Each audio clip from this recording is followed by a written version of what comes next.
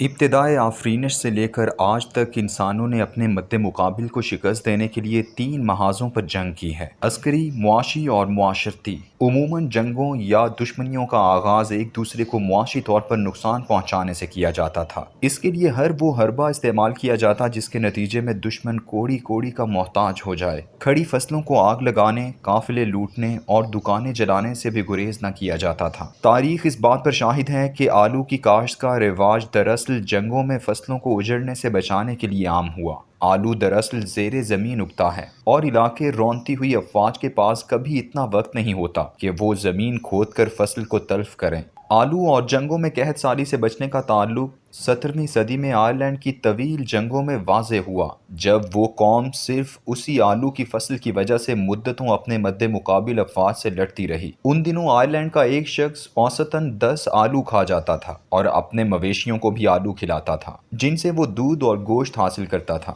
ہسپانوی جب کولمبس کی سربراہی میں جنوبی امریکہ پہنچے تو انہیں یہ آلو بہت مرغوب لگا اور وہ اسے اپنے ساتھ اسپین لیتے آئے۔ فریڈرک اعظم نے اسے دیکھا اور اس کے زیر زمین ہونے کو ایک نعمت قرار دیتے ہوئے کہا، اسے جنگوں میں فصلوں کی تباہی سے بچنے کے لیے وسیع پیمانے پر کاشت کیا جائے۔ جنگوں میں معاشی تباہی سے بچنے کے لیے زیر زمین بڑے بڑے غلے کے گودام بنائے جاتے تھے تاکہ ان کی خوراک کے ذخیرے حملہ آور افواج کی نگاہوں سے بچے رہیں۔ تجارتی راستوں کو روکنا، ناکہ بندی کرنا، یہ سب کچھ معاشی مقاطعے کا ایک حصہ رہا ہے۔ مدینے میں ہجرت کے بعد رسول اکرم صلی اللہ علیہ وآلہ وسلم کی پہلی جنگی حکمت عملی یہی تھی کہ کفار مکہ کے ان قافلوں کا راستہ روکا جائے جو شام کی سمت تجارت کے لیے جاتے تھے۔ معاشی تباہی یا مقاطعے کے ساتھ ساتھ معاشرتی بائیکاٹ بھی انسانوں کے قدیم ترین ہتھیاروں میں سے ایک ہے۔ جب انسان قبائلی زندگی گزارتا تھا تو کسی ایک فرد سے لے کر پورے قبیلے تک کی سزا کے طور پر ان کی معاشرتی ناکہ بندی کر دی جاتی تھی۔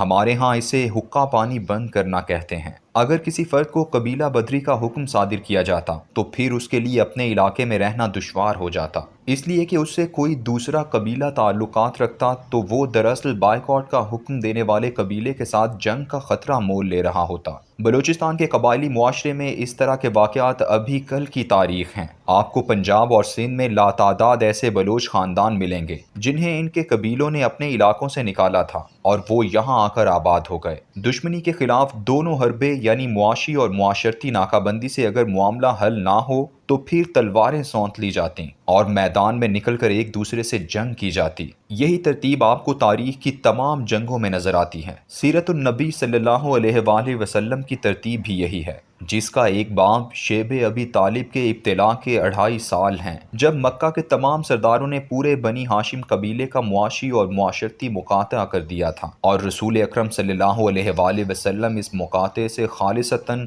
اللہ کی مدد اور نصرت سے باہر آئے تھے۔ افغانستان میں طالبان کے حوالے سے پہلی دفعہ یہ ترتیب الٹائی گئی ہے۔ عین ممکن ہے کہ یہ ترتیب الٹی نہ ہو بلکہ موجودہ سماجی و معاشی مقاطعہ ایک نئی جنگ کے لیے تیاریوں کا آغاز ہو۔ طالبان کے ساتھ معاملہ یہ ہوا کہ اکتوبر 2001 میں پوری دنیا اپنی تمام عسکری قوت کے ساتھ ان پر چڑھ دوڑی۔ انہیں بظاہر فوری طور پر فتح نظر آئی، جس نے ہر حملہ آور قوت کو ایک کامیابی کے غرور میں مبتلا کر دیا۔ شروع میں امریکہ سمیت 48 ملک یہ سمجھ رہے تھے کہ ہم نے افغانستان سے طالبان کے وجود کو نیست و نابود کر دیا ہے۔ علاقے میں سے اپنے حامی تلاش کیے گئے، انہیں مضبوط بنایا گیا، مگر وقت کے ساتھ ساتھ آہستہ آہستہ طالبان کا جال ایسا پھیلا کہ اس میں امریکہ اور اس کے اتحادی پھنس کر رہ گئے اور کوئی راستہ نکلنے کا نظر نہ آیا تو مذاکرات کی میز پر آ بیٹھے اور باعزت رخصت ہو گئے۔ طالبان واپس برسر اقتدار آ گئے۔ سوال یہ پیدا ہوتا ہے کہ امریکی ابتدا ہی میں عسکری طور پر کیوں افغانستان میں داخل ہوئے تھے؟ کیا صرف معاشی اور معاشرتی بائیکاٹ سے طالبان پر قابو نہیں پایا جا سکتا تھا؟ امریکہ اور عالمی برادری یہ حربیں آزما چکی تھی۔ 1996 سے 2001 تک طالبان کی حکومت کو کسی بڑی عالمی طاقت اور یورپی ممالک نے تسلیم نہیں کیا تھا۔ تسلیم کرنے والے صرف پاکستان، سعودی عرب اور متحدہ عرب امارات تھے۔ طالبان نے دنیا بھر کے ممالک کے معاشرتی بائیکاٹ کے باوجود حکومت چلا کر دکھائی، اور وہ بھی ایسی کہ ان کے دور میں انصاف اور امن عامہ کی مثالیں دی جاتی ہیں۔ اقوام متحدہ کے ادارے وہاں تھوڑی بہت مدد دیتے تھے،